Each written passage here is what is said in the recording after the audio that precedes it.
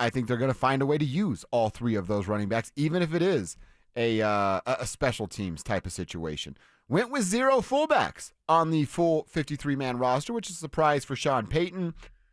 They did stick with the 5 wide receivers we've talked about, and they've already added a couple of these guys back on the practice squad. You go with 4 tight ends. So Lucas Kroll is on the team. Nate Atkins is on IR.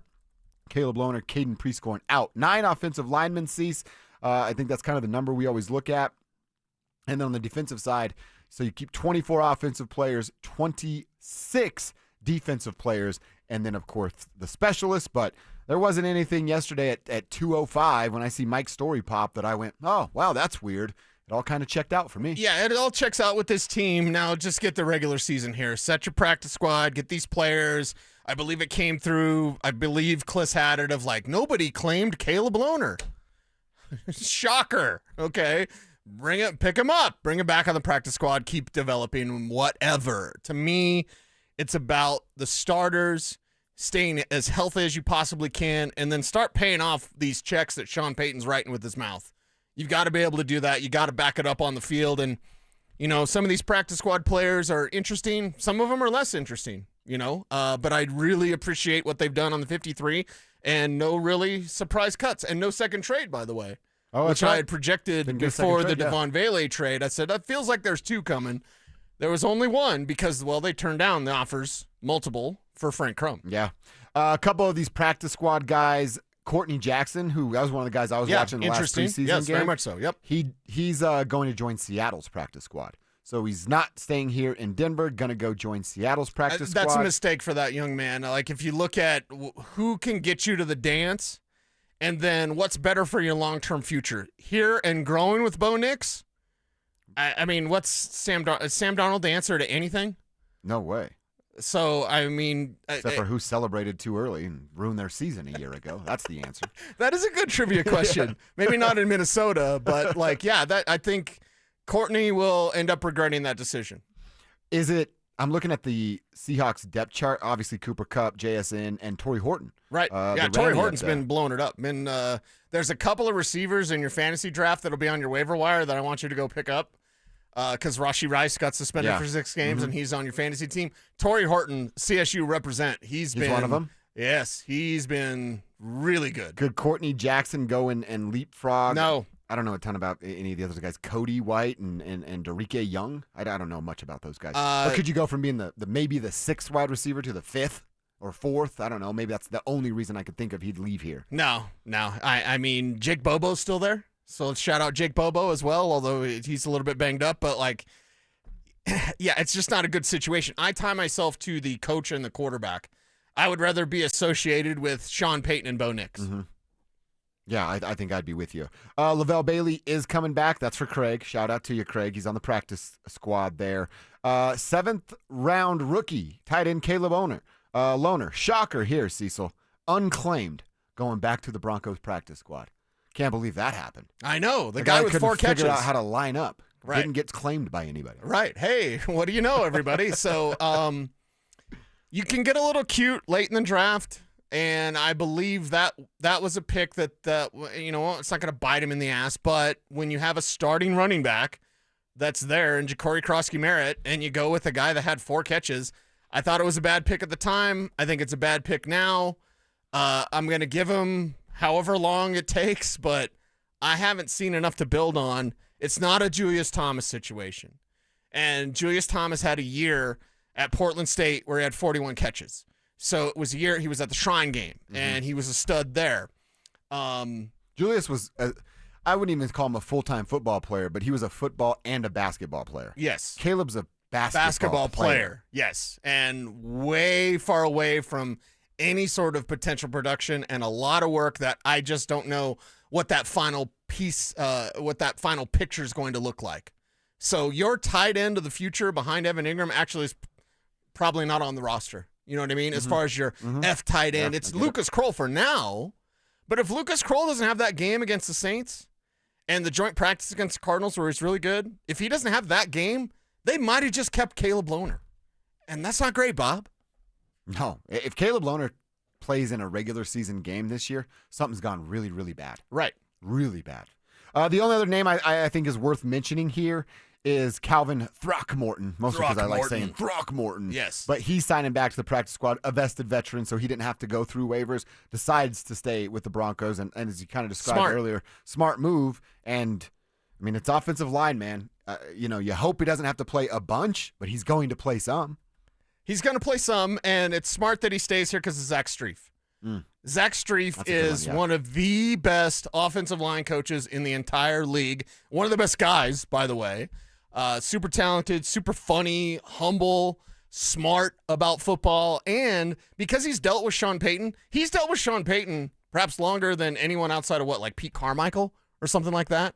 But imagine that. Imagine the stories that he can bring and be like, oh, that's Sean just funning around. Oh, Sean's going to be that way.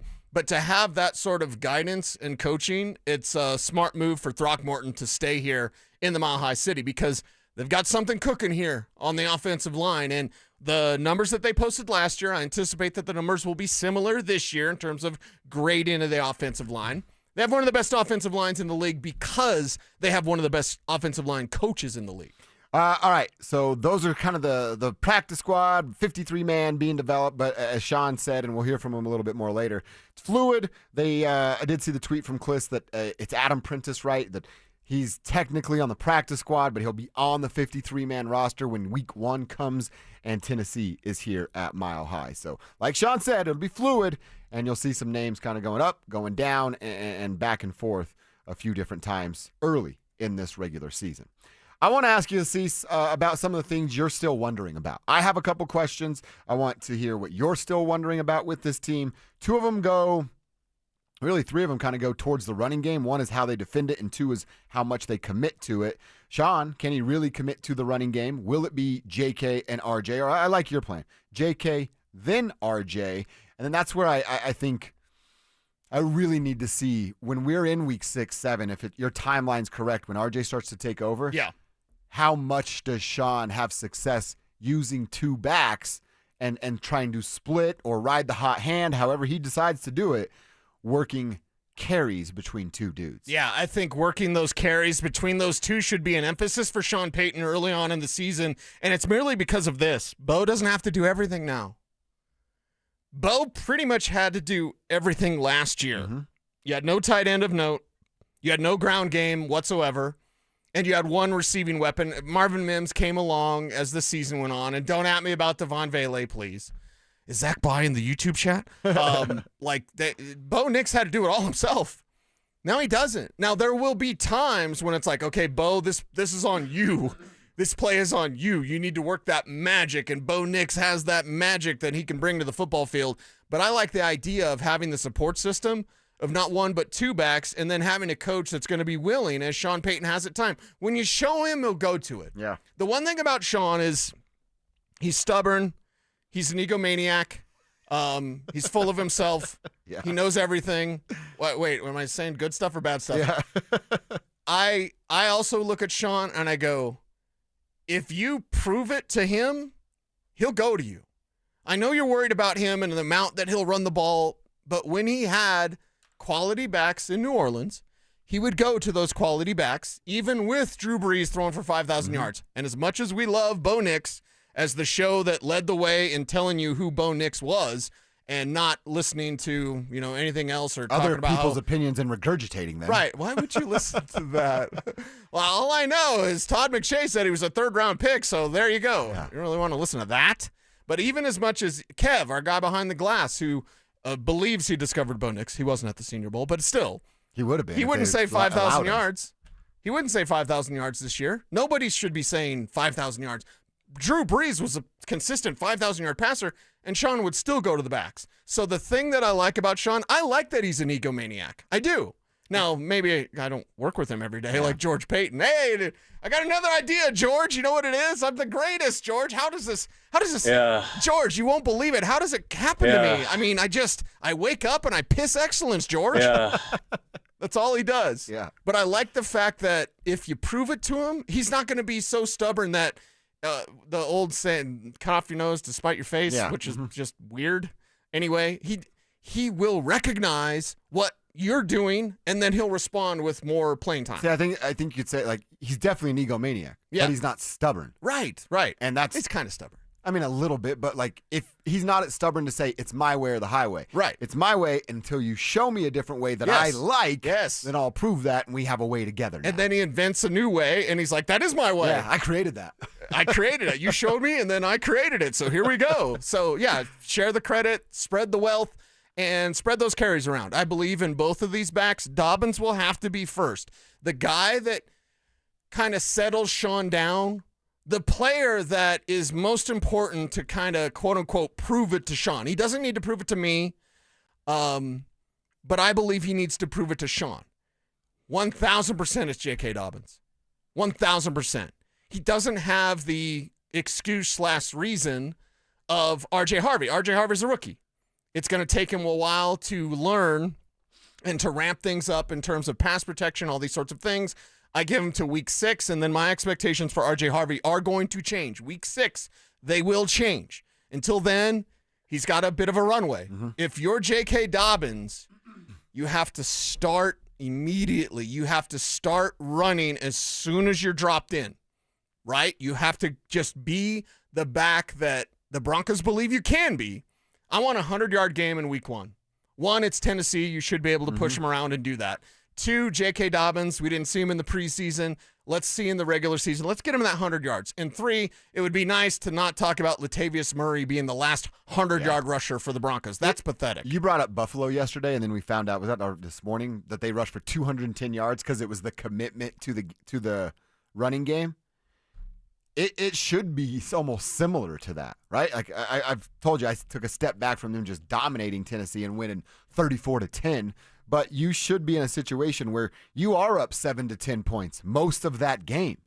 And then that means you just tick, tick, tick, let the clock run the heck out of the football. You've said it before, too, that those 2-3-yard runs in the second quarter are 5-yard runs in the fourth quarter because you've just worn them the hell down. That's what it should look like against Tennessee. And we do have the numbers that back it up. But I'm not just going to blindly follow the numbers in this instance. There'll be some times where I'll do that and give folks benefit of the doubt. Yeah. I just can't right now with Sean in the running game. Yeah, I can't with Sean in the running game yet, but yet being the optimal word, and I believe there will be a point where we feel I'm not comfortable. stubborn either. I'll change my mind. If I see it happening, I'll change my opinion on that. You have changed your opinion on certain things. Still working on the Jamal Murray thing. Of course, Jamal's got to... He's got to do something, too. He's got to do it himself. So more than just off-season workouts, although we're excited about Jamal Murray and his off-season workouts. So with new information come new opinions, and with new information of J.K. Dobbins being the key. Harvey will be the guy eventually. J.K. Dobbins has to be the man from day one. I got 2 numbers for you. Now, a couple more of my questions here. 96.4 is the first number, and 50 is the second number. Can the Broncos defense be as dominant as they were a year ago if they allow 96.4 yards per game rushing like they did last year? Yeah. You need to drop that number, stay around that number. How do you think the rushing defense looks this year? Well, this is where stats, season-long stats especially, can be deceptive, because what happens if you're weak against the pass? Well, they're the number 1 team against the run. Yeah, because no one does anything. Yeah. No one ever tries to run because you can just pass them on them all day. You want to be balanced in less than 100 yards, okay? As a team, you're holding a team to less than 100 yards because they couldn't hold the Buffalo Bills to less than 200 as a team in one game. So give me that exact same number, but be balanced and not be so weak against the run that's all teams do. So, again, the numbers can be deceptive if they're the number 1 pass defense in the NFL because everyone runs on them all day. That's it. That's the only reason why. We've seen this before in years past with the Broncos offense and kind of just, sucking. The Broncos offense sucked for a while, and oh my God, look at how strong they are. Yeah, it's because no one would put their foot on the gas. Belichick would play this team post-Peyton Manning era. Belichick would play this team and we're going to win 14-9. And he wouldn't put his foot on the gas because you didn't need to. Yeah. You didn't need to. And look at the defense. No, be a balanced defense, be a strong defense. They need to stay healthy. Inside linebackers need to stay healthy. If they can do that, there'll be a swarming defense. There'll be a suffocating defense, and there will be no lies told from the stat sheet. Inside linebacker is another one, but that's again, it's what we've talked about so much. Inside linebacker, the commitment to the run game, that's another one. And then the 50 that I mentioned, the 50 sacks. Does it have to start with the 5? Can this defense still be as dominant at like 48 sacks? Which we told them yesterday, the folks out there in the tribe, hey, they're still a top 3 defense at 50. They're still a top 5 defense at 48. That's going to still get them with a bunch of pressure on quarterbacks, setting guys up like PS2, Riley Moss, Hufunga to come up with some plays on the ball.